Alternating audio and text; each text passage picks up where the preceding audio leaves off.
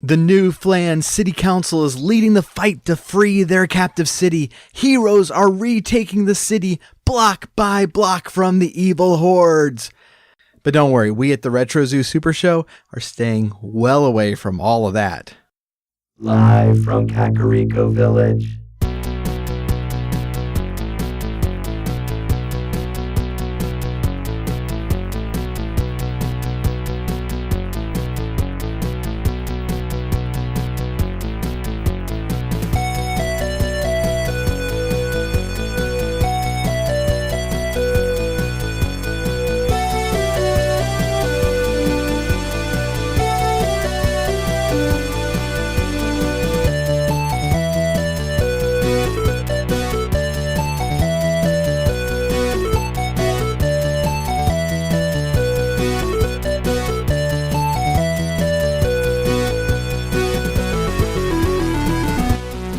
Broadcast throughout the Retroverse, transmitted to the real world via a maze of wires connecting a Super Nintendo to a Wii, to a Wi-Fi network, and finally to the Internet.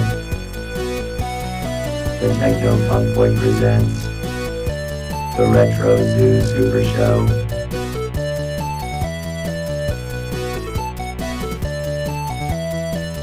Now here are your hosts, Kai and Steven.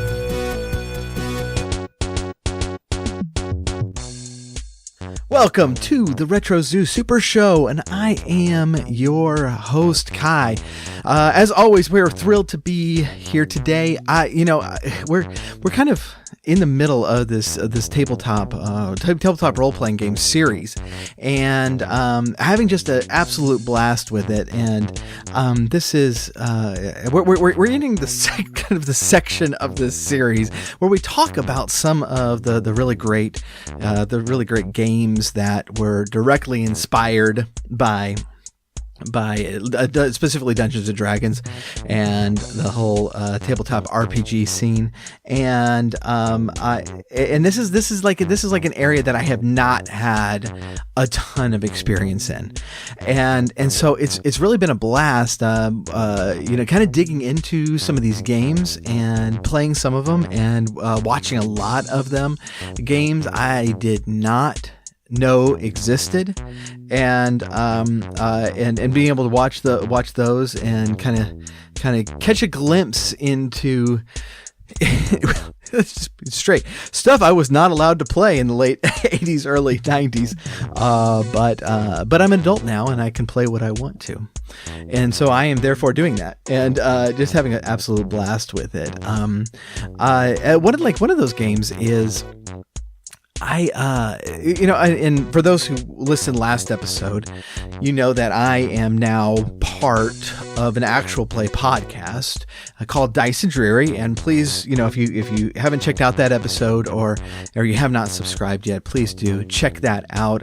We're really actually exceedingly proud of the work that's going on over there, and I've just been absolutely thrilled to be a part of it because it's been an absolute blast. So, but like 2 days ago, I'm just flipping through some of these videos of the video games that were created based on AD&D at the time, and just ran across this game based on the original Ravenloft game, the original Strahd game, that then inspired the 5th edition game that we're playing, Curse of Strahd. And it's like, we've been playing this game for months. I mean, we've been playing Curse of Strahd for months now, and I did not know that there's a Strahd video game. And it looks absolutely terrible, but you have better believe that I am going to play it. And hopefully not hate every second of it, but we'll see. I'm trying to figure out a time and a place to do that. That particular game is not going to be part of our series here, but it is going to be something that I would really like to play in the near future to at least get a feel for. But so we're gonna dive into Actually, the original, the OG AD&D video game. But before we do that, we're going to tackle a couple of things. The first of all, and if you follow me on Twitter, you probably saw this, and I have not been streaming much, and that is not an indication that I am giving up my stream. It is not an indication that we're going to be, just be hit or miss in the future. I hope to get full blown back into that, but so in essence, I tackled too much at once, and that was not good for my health. And so I had to kind of take a step back from certain things, and that was one of them. We have absolutely not taken a break from music, because last week we launched our second single of our second release of February, and that is actually the theme song for the Dice and Dreary podcast. Now, those of you who do follow us, you know that on our Patreon page we are this year going through the soundtrack of Mega Man 8, Mega Man 3, Mega Man 8. Where did I come up with that? Mega Man 3, and kind of doing the techno funk boy spin on these classic tracks, and expanding them, recording them, remixing them. And we had earlier in February we released the first of these songs, the Snake Man stage, and that is available on Patreon. We last week released a song from the Dice and Dreary soundtrack. That soundtrack is actually going to be out in not the too far distant future, probably a few months from now. I'm trying to calculate the exact day that's going to come out, but we'll have more on that in the near future. But it'll probably be early summer, I'm thinking so far. But so we released the first track to that. That was a work that we did for Dice and Dreary. So the rest of the tracks are going to be available on their Patreon page, and as they're featured in the show. So a lot of new music's coming out. We'll have that in album form that you can snag in just a few months here as well. So that is all going on, but we've been having a lot of fun lately with the Dice and Dreary podcast. So I have not actually been playing a lot of video games. Our second goal of the year, video game wise, was the first, in January and February, a group of us from a Facebook group, we're going to be playing through Chrono Trigger, and I have played that before, and I was actually doing a New Game Plus and getting all of the endings. Well, I got two of them. I did two, and that was one of the victims of just me not being in the best of health lately, and so we have kind of crossed that off the list. I already we earlier in the year beat SimCity on SNES, and that was not part of the goals, and so it did not take me long to just completely abandon the goal list. But there's plenty still on that list that I do want to try to tackle this year, and I am starting to feel better, and so I'm hoping to be able to do that in the near future. But before we roll into our Dungeons and Dragons section here, I did want to discuss a little bit of news. This is big. Nintendo of America's President Reggie from the last quite some time, and quite a popular figure at Nintendo of America, is stepping down, and we're getting a new president of Nintendo of America, Doug Bowser. And so on April the 15th, Did you say Bowser? Drum, yes, I said Bowser. His name is Doug Bowser. The president of Nintendo of America. Yeah, his name Bowser. Yes. Everyone on Twitter has already made this joke. The president is named Bowser. Yes, his name. Drum. We don't need to make the joke. Literally everyone has already made the joke. We don't need to go into that. How did he get the job? I'm sure with his many accomplishments in life, I'm sure it was because of all of his accomplishments. It wasn't because he kidnapped a princess. Does he look like Dennis Hopper? That's not even... Okay, you know what? Nobody watched the Mario Brothers movie. And the people who did watch the movie, none of them listened to this. But, that movie came out way before most of our audience was born. Or at very least they blocked it out. And so, you're taking something that everyone in the world has already made a joke about and then tying it into an obscure reference that nobody knows. I assumed they had seen the movie since this is a retro gaming podcast. No, you don't understand. The hosts have to watch these terrible movies. That the hosts do. And that's kind of a preview for 2 weeks from now. But no, the hosts have to watch the terrible movies, and then we come on and we complain about how terrible they are. The listeners don't have to watch it. That's why they're listening. They're like, hey, that movie sounds terrible, and we haven't even talked about that movie. We haven't even brought it up. Like, no one knows what you're talking about. It is a 1993 movie called Super Mario Brothers. Dennis Hopper played President Koopa, which was a reference to King Koopa, the original name for Bowser. Okay, well, I'm sure now that if you rewind 5 minutes, then his joke is going to be tremendously funny. Can we get on with the program now? Sorry about that, folks. All right. Well, so let's get into this. So, Dungeons and Dragons, from the very early years of video games, had just a really profound influence on gaming. And so you see a lot of these games come out with at least some elements or another being pulled from Dungeons and Dragons.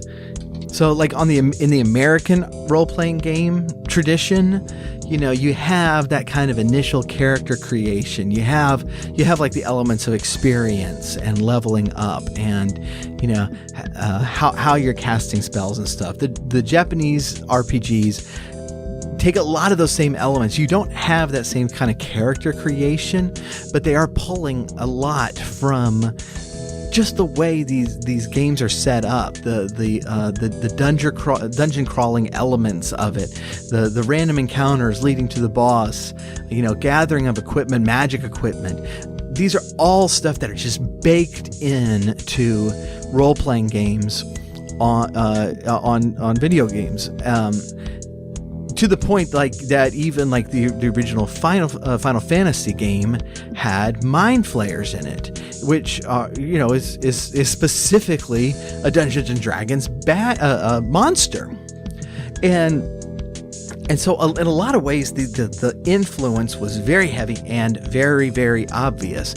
But it actually wasn't until 1988 that Dungeons and Dragons itself reached the computer gaming industry, and it hit video games hard.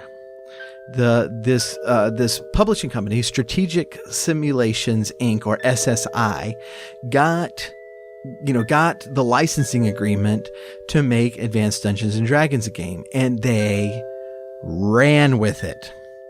They started churning out these games, multiple games a year, until they had amassed about 30 games based on Advanced Dungeons and Dragons.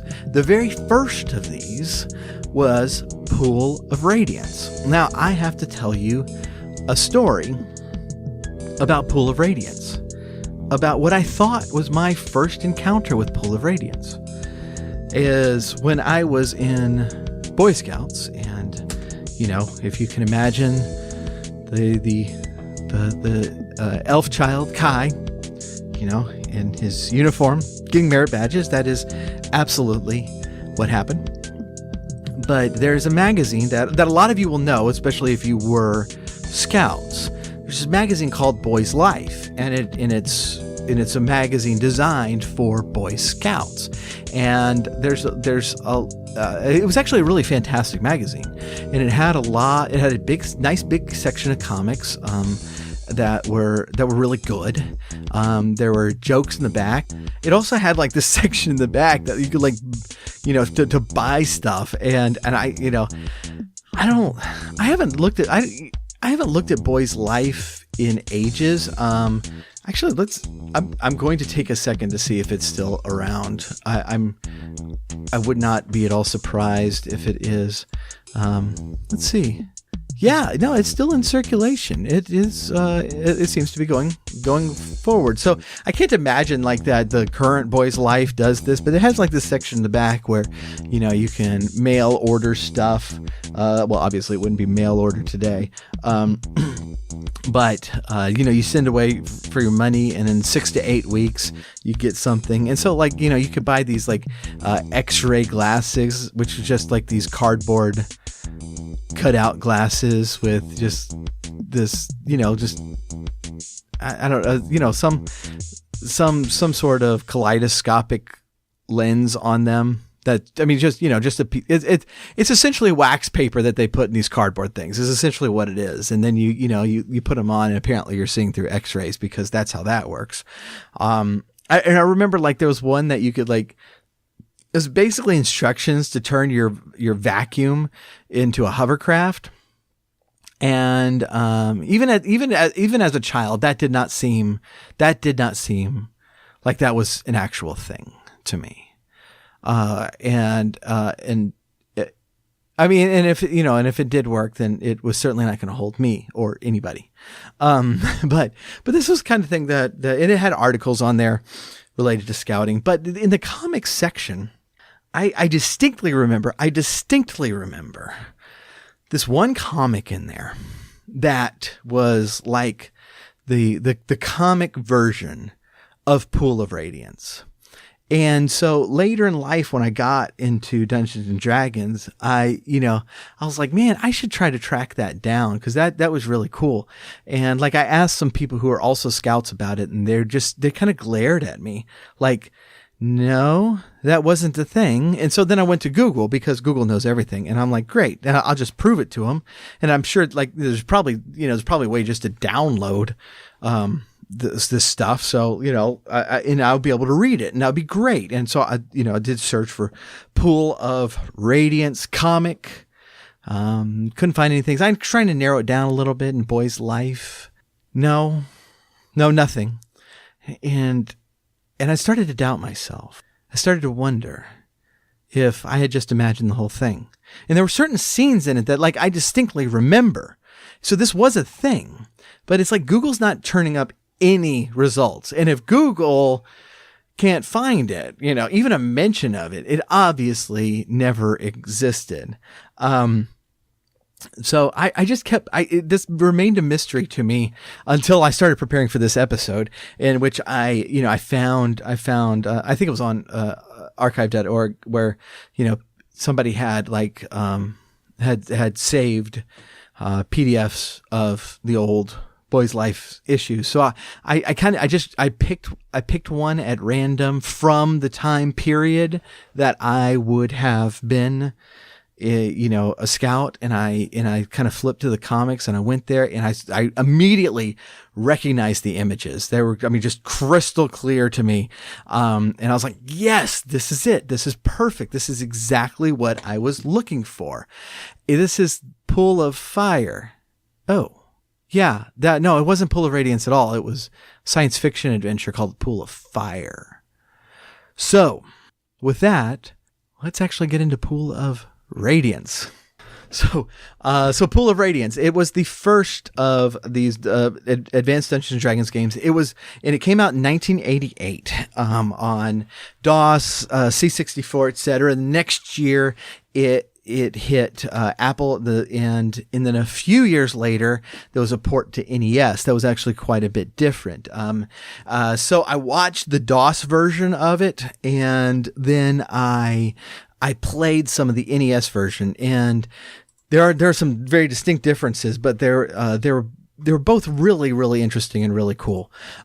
One of the things that's notable for it, and this is something we've talked about in a previous episode, is that Dungeons and Dragons just lends itself to video games because all of the rules are they're just this math. It's algorithms.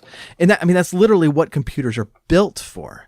The one thing it doesn't do well is to let you role play. And, we've gotten a lot better at that as time has gone on, but that is the element that was really difficult to put into place. And you can put in certain choices, and each one with a certain result, but you couldn't kind of put that really distinctly human element into it. And that was the weakness of the genre. But the game itself, the rules fit remarkably well. And Pool of Radiance is a game that just transplanted the rules of Advanced Dungeons and Dragons into this game. And, you can, very, very distinctly, it has all of those elements to it. It actually comes with 2 very large books, which is really, really good. One is the manual, which is just basically how to play Advanced Dungeons and Dragons. And then there's an adventurer's journal, which tells you more about the situation. It's really, really good that they had the manual because, AD&D is not intuitive. For those who have played, it's like, I didn't do a lot of AD&D. I only played it maybe twice, besides like playing computer games based on AD&D rules. And so coming back to it, it's like, I know what THAC means. I know what it stands for to hit armor class 0. I know what those words mean, but like actually putting that into place, when I'm looking at this game is not something that's natural to me. And I'm somebody who's played the game before. Those people who haven't played the game before, it's like there's a steep learning curve there. One of the things is, just very simply, it's like in most games, you want your stats to be high, and then you want your THAC in your armor class to be low. But there's nothing actually in the game that tells you that. You have to know it. And so you need that manual in order to know it, or you need to be conversant with the rules of Advanced Dungeons and Dragons. And the rules, especially like this early, because this is actually first edition AD&D. The second edition of AD&D, which was, actually what I played, came out like very soon thereafter, but these initial games were based on first edition rules. And there was a certain element that, with some of these numbers that were some of the calculations were just complicated enough to really be daunting for new players. And THAC was one of those that to calculate if you hit something or not. It's like, you have to take this and then subtract the armor class, then add the roll, and then subtract this and that, and then see what it comes out to. And all of that is very daunting to new people. And so, coming into this game, without, especially without the manual, but, they dump you into AD&D rules. and just expect you, it's like, hey, look, you got the manual there, you figure it out. A lot of these games back then, it's like they didn't use a lot of memory for the text or anything. It's like, we put all that in the manual for a reason. Read the manual. And so it's kind of cool that they had this like mini player's guide in here. You are able to pick different classes and different races. They don't have a complete set of those. It is more limited, but it's actually pretty broad. You can be one of 6 races. And four classes: fighter, cleric, wizard, or thief. But you can also multi-class, which is something I wouldn't expect a game like this to actually put those rules in and to make that happen. But they did, and it's really cool. So the gameplay itself, it actually goes back and forth between, you have like a first person 3D view when you're going through the towns, and this is really common in the American RPG tradition. Going way back to, the original games. It's that, you're looking from that first person view as opposed to the JRPG tradition where you have a top down view. Well, one of the neat things about this is, in that first person view makes the mazes a lot more difficult. Because you have to remember which way you're turning, which way you're looking, and it has north, south, east, west printed on the screen. But at the same time, it's a lot easier to get lost when your screen is not top down set. When it's moving with you, you can get turned around very easily, and so it's very helpful to map in those situations. But when you get into a battle itself, you do go to a top down isometric view, where you can add a little strategy. You can use walls to your advantage. You can use distance to your advantage. You can, charge in and that sort of thing. And that's another thing I really wasn't expecting, but actually adds a really cool strategic element and sometimes very frustrating element to the battles themselves. So we're going to take our break right now. And when we come back, we are going to be talking about the plot a little bit, and also the NES version, and finally, we're going to be talking about the novel. So stick with us. Ladies and gentlemen, boys and girls, this is Phil from philsgamingemporium.com. That's your source for all your retro gaming needs and your tabletop needs. I have been so inspired by this new series. I am so pumped that I have gathered some of the greatest, just top tier free resources from online and printed them all together and stapled them together, and now this pack of personally cultivated materials, personally cultivated resources can be yours for the low price of $59.99. Head over to philsgamingemporium.com, philsgamingemporium.com, and we will see you there. And we are back. So this game is set in the Forgotten Realms universe. And now, those of you who are not all that familiar with Dungeons and Dragons, especially in this era, that they had a few different campaign settings, and Forgotten Realms really became kind of the dominant one, and for good reason. The land, it has a very wide variety of towns and situations and circumstances, and so it made for a sandbox that could host all sorts of different types of adventures. And so it was a very cool setting in, and it had hosted some of the most famous Dungeons and Dragons characters that have just become well known, like Dritz Duarden, Ari Salvatore's Drow Ranger creation, or Eldminster the Mage. Some of the great games are set in this universe, like Eye of the Beholder and Baldur's Gate. We're going to talk more about Baldur's Gate in a couple of weeks, but this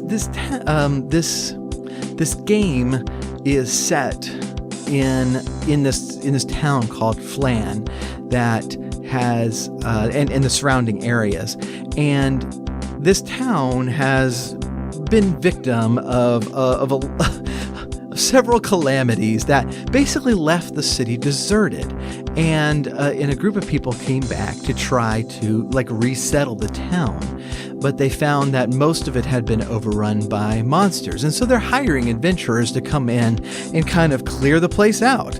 And that's essentially the plot of the game, is that you're clearing out the area. You start off in the slums. Actually, you start off in New Flan, the civilized area, and that's where you can go to the town hall where you can get your commissions, and they direct you. You can go to the trainer, which is where you level up. That is a point of particular frustration in my game on the NES because it's very expensive. Then there are different clerics, shops, inns, the typical thing that we expect from a town in a role-playing game.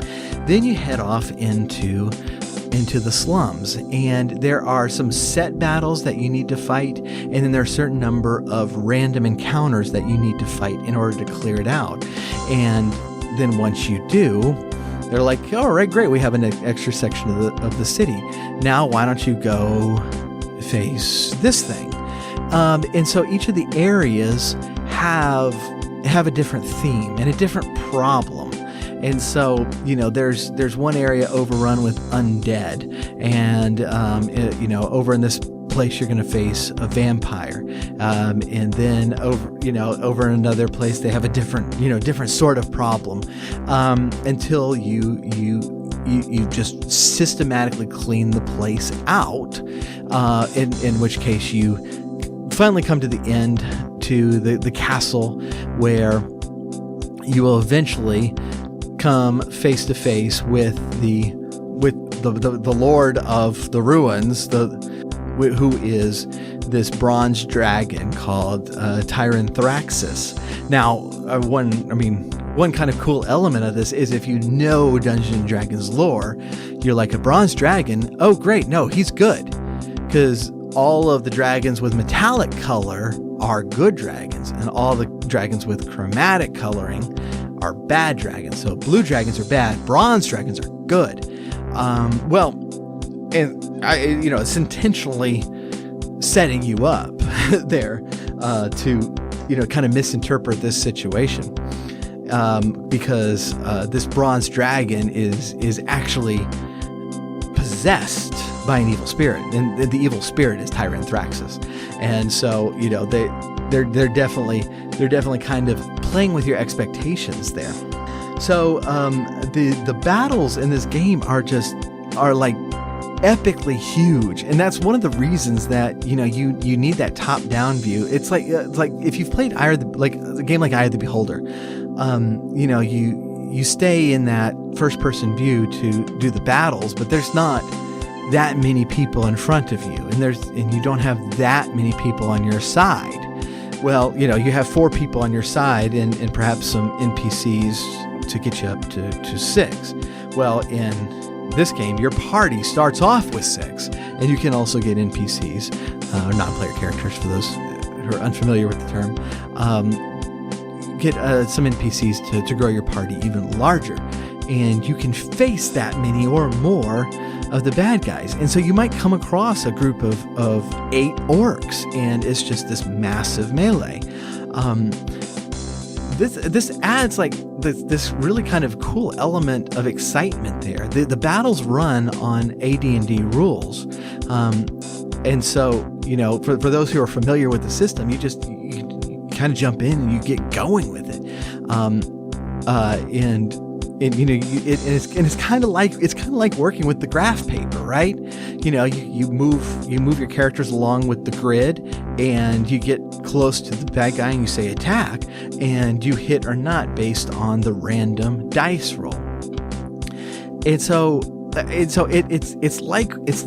it's very close to one of these one of the battles that you might experience in pen and paper, using all of those elements in a very cool way.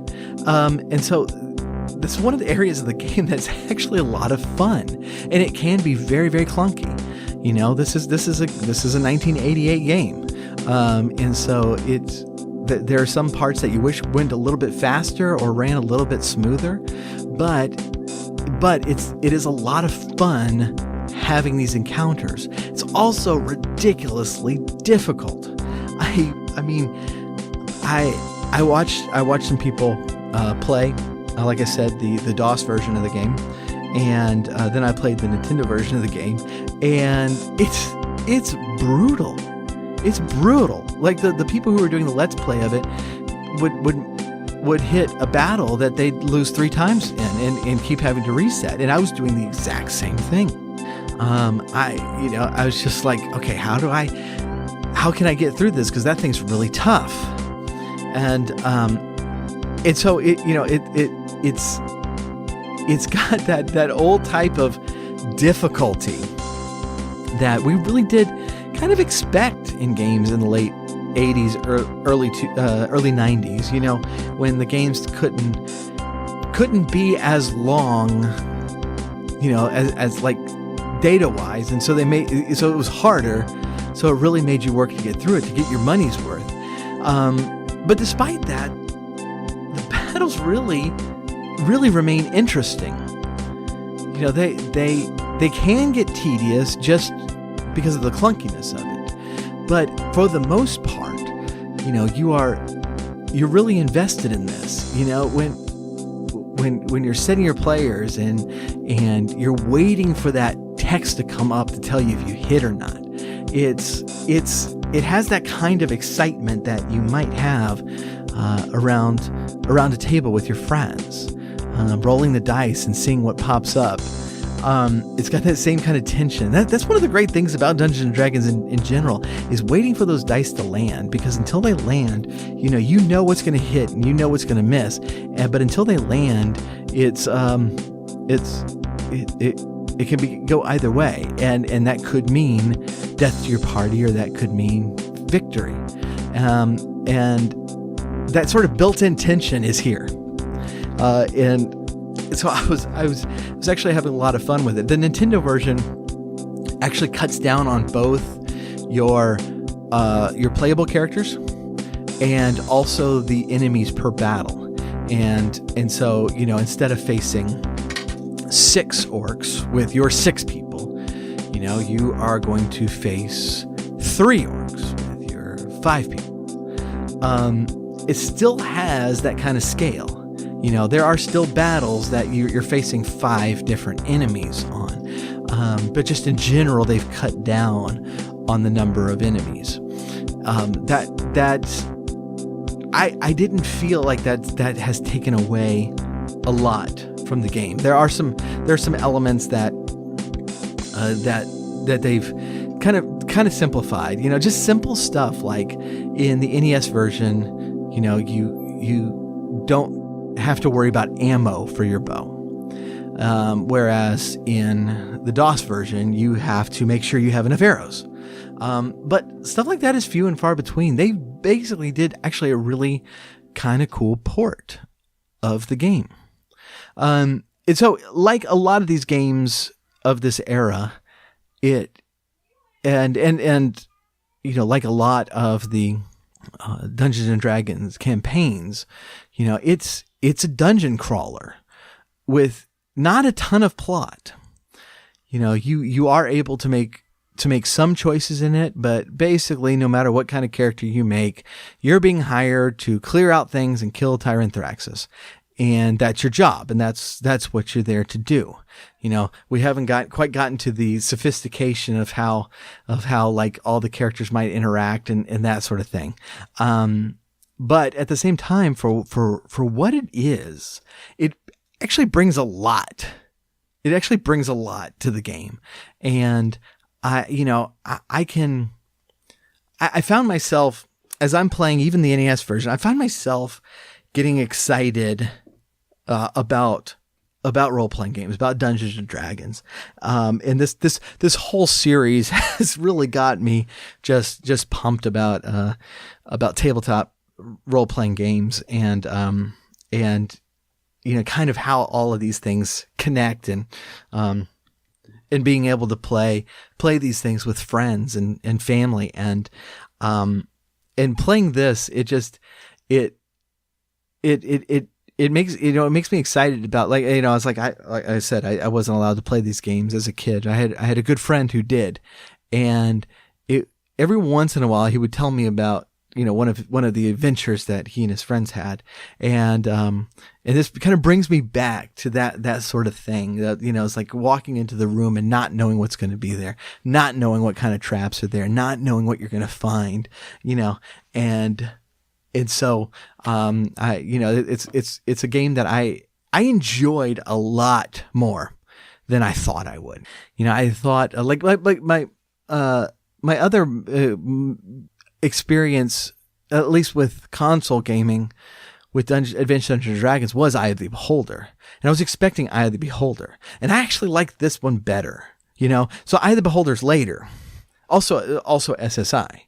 And so they, I played the Super Nintendo version of Eye of the Beholder, which I also understand is a really good port. But I actually like this better because of specifically, basically the battle system was just simply a lot of fun, and so.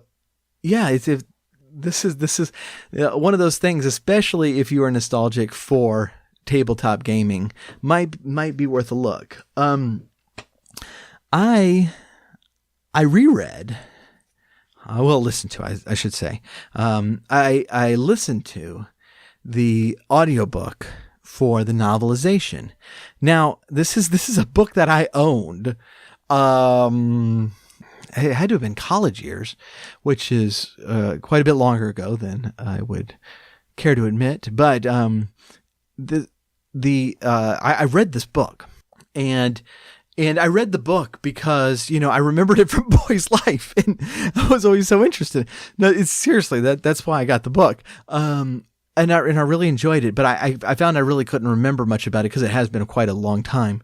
And so I found the audiobook and I listened to it because I'd done away with like all of my Forgotten Realms books at some point, and I think they're in a box somewhere. But that's really frustrating me because we are going to be chatting about Baldur's Gate, and I had the novelization for Baldur's Gate 2. And I cannot find an audiobook for it. To be fair, I haven't looked very hard yet because that's 2 weeks away. I still have another book to read for next week. Yes, we are doing novelizations of all these games. Why not? Why not? This is a retro gaming podcast. So we're going to be talking about novelizations of Dungeons and Dragons campaigns that had video game versions of them, because this is retro gaming. So like I listened to it, and what I was really curious about is, the game is like I said, really, really light on plot. And so how are we going to get through that? How are we going to overcome that in order to actually have a novel? Because I read a novelization of kind of a hack and slash game that was novelized as a hack and slash novel. And I'm not going to mention the name of this particular book in this particular game. I will say it begins with the letter D and it ends with But I read that, and I might as well explain why I read it. So like I read a lot of Deep Space Nine novels, and the author of the Doom novelization wrote one of my favorite Deep Space Nine novels. I thought it was great. And so I was kind of just looking for stuff that he had written. I read another Star Trek novel by him, and I really liked it. And I just started looking for other stuff he had written. I found Doom, and it was terrible. And so I recommend his Trekkie stuff. So I read it, and it was 250 pages, however long it was, of just fighting and blood and gore, and completely unmemorable in every way. And I was curious how this was going to play out. And it turns out that it's actually really good. It does get a little hacky and slashy at times. The action scenes are not the best I've read. If you want the best, that would be R.A. Salvatore. If you want Forgotten Realms action in book form, my goodness, R.A. Salvatore. But this book, the added a lot to it. And I was well into the book before they even got to the city of Flan. It follows these three people who come to Flan separately and for different reasons. And they've all had some tragedy in their life that, because it's Dungeons and Dragons. And they arrive at Flan, and fate brings them together, and they kind of fall into the hands of a corrupt politician who's trying to get power, who makes them kind of clear out areas of the town so that he will look good. And then that really escalates and comes to a head as well. But it added a lot of really cool characters and a lot of kind of cool plot and development, and I found myself really enjoying it. I really do want to find that Baldur's Gate book, because I remember not liking it at the time, but I think I didn't like it because it was so different than the way I played the game. And Baldur's Gate, when we get to it, is one of those games that is like really, you can play it a lot of different ways, and you can play it completely evil, and you can play it completely good. And your choices have very real consequences. And so it was written in a way that was not how I played the game at all. And, I think I was annoyed at that, and I kind of want to go back to it to see if maybe it is just really good, and I was just in a bad mood at the time. I don't know. But I would like to go back to it and just kind of check it out and see what the case may be. But we'll find out in a couple of weeks if I found the book or found the audio version. But in the meantime, the novel was a lot of fun, and it actually touched on a lot of the situations that you find yourself in the game, a lot of different areas, and it uses the different themes of the areas, which I think is really one of the strong points of the game, is that you're not going through 50 areas of the game fighting goblins. Each one has a theme and something that you're accomplishing, but it uses those different themes to tie into the plot rather well. And so I was quite impressed. The game itself has had a few different sequels, and it's part one of a 4-part series. Each chapter came out a year apart, and so this one was 88, and the next game came out in 89, and you could port your characters between the games, which was this is a very cool feature that a lot of these games at the time were really starting to play with. And these are games, if I can actually ever get out of the slums of Flan, that I might try to tackle, but I've got to get through the brutal difficulty of this game first. It feels bad when you're dying multiple times in a single battle in level 1. So that is Pool of Radiance. Like I said, it was a game that I really enjoyed quite a bit more than I expected to. I I was expecting just a just kind of slog through something, and I ended up staying up way too late 2 nights ago trying to get through one particular battle so I can get this magic item and level up everybody. Had to raise 1,000 gold for each one to level them, and that is not an easy thing when you're at level 1.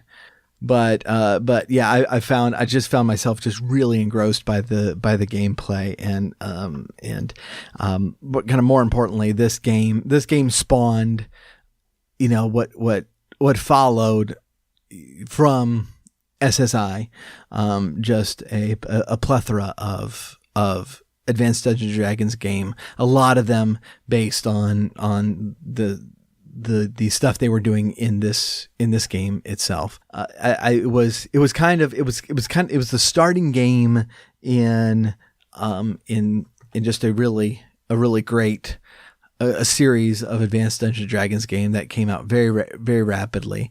They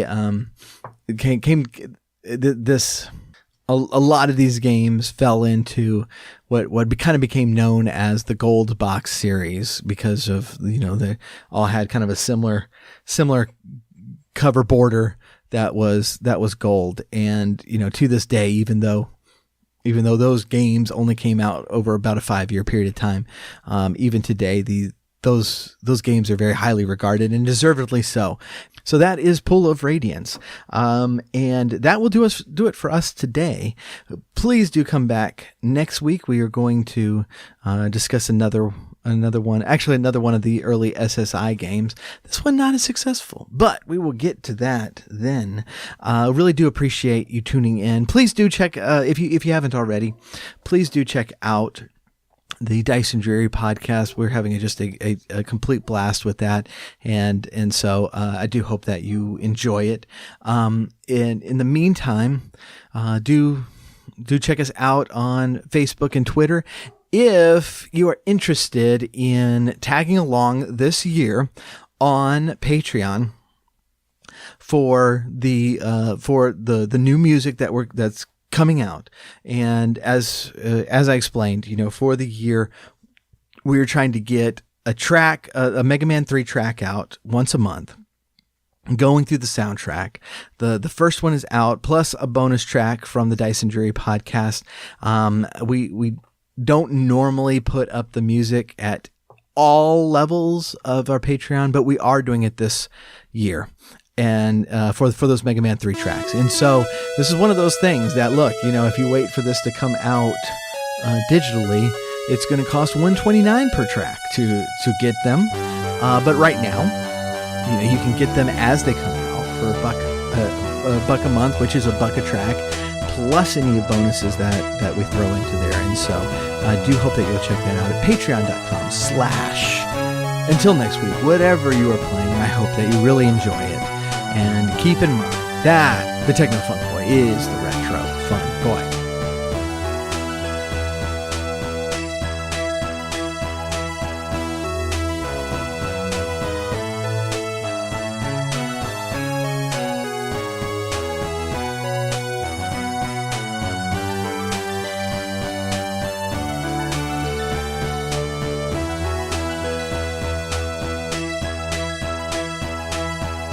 The Retro Zoo Super Show is brought to you by the Techno Funk Boy.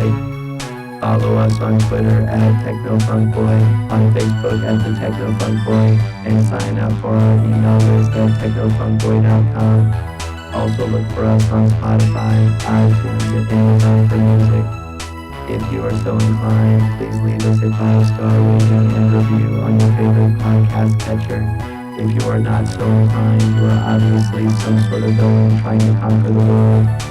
Unowned music and gameplay clips are used for educational and critical purposes. Thank you for listening. Keep gaming. And once you have responsibilities that need to be done at this time, then you can